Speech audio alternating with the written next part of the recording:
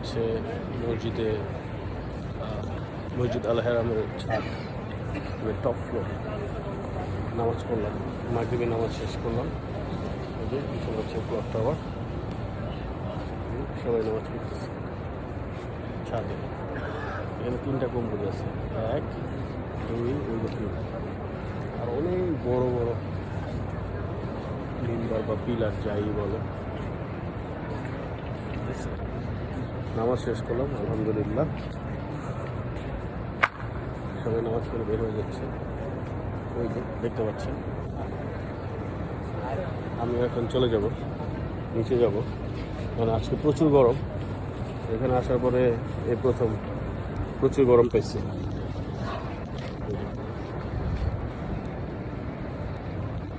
এখন এই যে সোজা পথটা দিয়ে চলে যাব।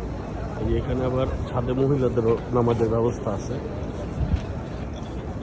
এই যে দেখেন, সবাই এখন নেমে যাবে।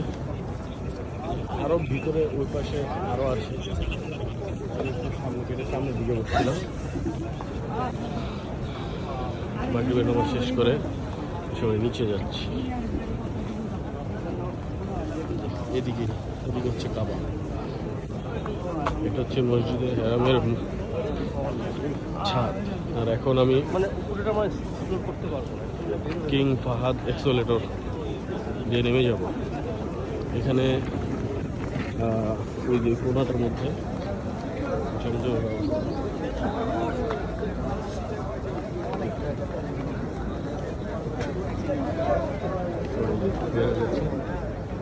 এক্সেলেটর 13 নম্বর এক্সেলেটর।